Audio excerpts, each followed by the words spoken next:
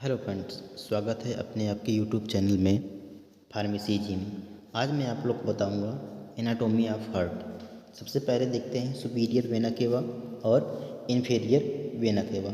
Superior vena cava जो होता है उसमें अशुद्ध रक्त बहते हैं जो कि सर से लेकर पहुंचता है और वो राइट आर्टरी में निकलता है। ठीक उसी तरह इन्फीरियर वेना केवा जो होता है वो अशुद्ध रक्त लेग से, शरीर के निचले पार्ट से अशुद्ध रक्त लेकर आता है जो कि राइट आर्टरी में खुलता है।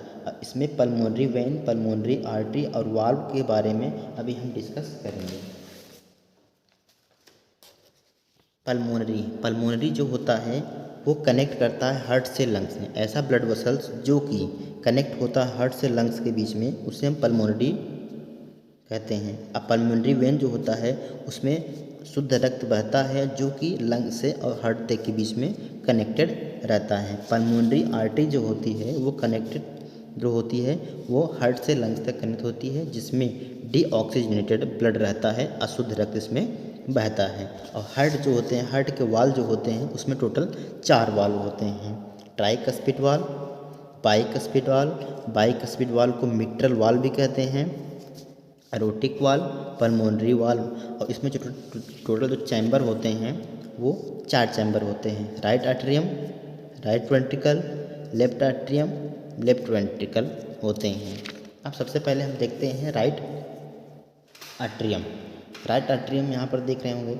राइट आर्टरियम जो होता है वो लेफ्ट वेंट्रिकल, राइट आर्टरियम और राइट वेंट्रिकल। सबसे पहले इस तरह को आइडेंटिफिकेशन करने के लिए एक प्लस का चिन्ह बनाते हैं। ये हार्ट का है पूरा, तो समझ लीजिए ऊपरी हार्ट का जो ऊपरी पार्ट होता है वो आर्टरियम होता है और निचली पार्ट जो होता है वो वेंट्रिकल होता है।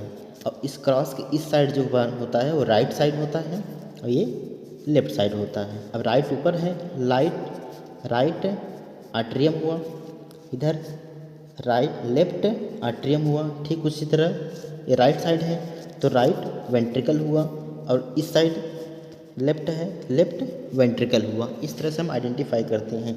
और लेफ्ट साइड जो राइट साइड होता है, लंग्स का जो राइट साइड पार्ट होता है उसमें अशुद्ध रक्त बहते हैं, उसे में अशुद्ध रक्त डीऑक्सीजनेटेड ब्लड होते हैं। जबकि जो लेफ्ट साइड में होता है उसमें शुद्ध रक्त बहते हैं, जिसे ऑक्सीजनेटेड ब्लड कहते हैं। ठीक, तो देखिए सबसे पहले क्या होता है कि सुपीरियर वेना केवा से और इन्फीरियर वेना केवा से अशुद्ध रक्त आते हैं राइट आर्टरियम में। राइट आर्टरियम से पहुंचते हैं राइट वेंट्रिकल में ट्राइकस्पिड वाल्व पे, जिसको हम राइट वेंट्रिकुलर वाल्व भी कहते हैं, ट्राइकस्पिड वाल्व। फिर ये आगे जाकर पल्मोनरी वाल्व आता है। पल्मोनरी वाल्व जो होती है वो पल्मोनरी ट्रंक से और उसके बाद राइट वेंट्रिकल से मिल के बना होता है, जुड़ा होता है, जो कि आगे जाकर लंग्स में जुड़ जाता है। राइट आर्टरियम और राइट वेंट्रिकल के बीच में ट्राइकस्पिड वाल्व बना होता है। लेफ्ट आर्टरियम जो होती है वो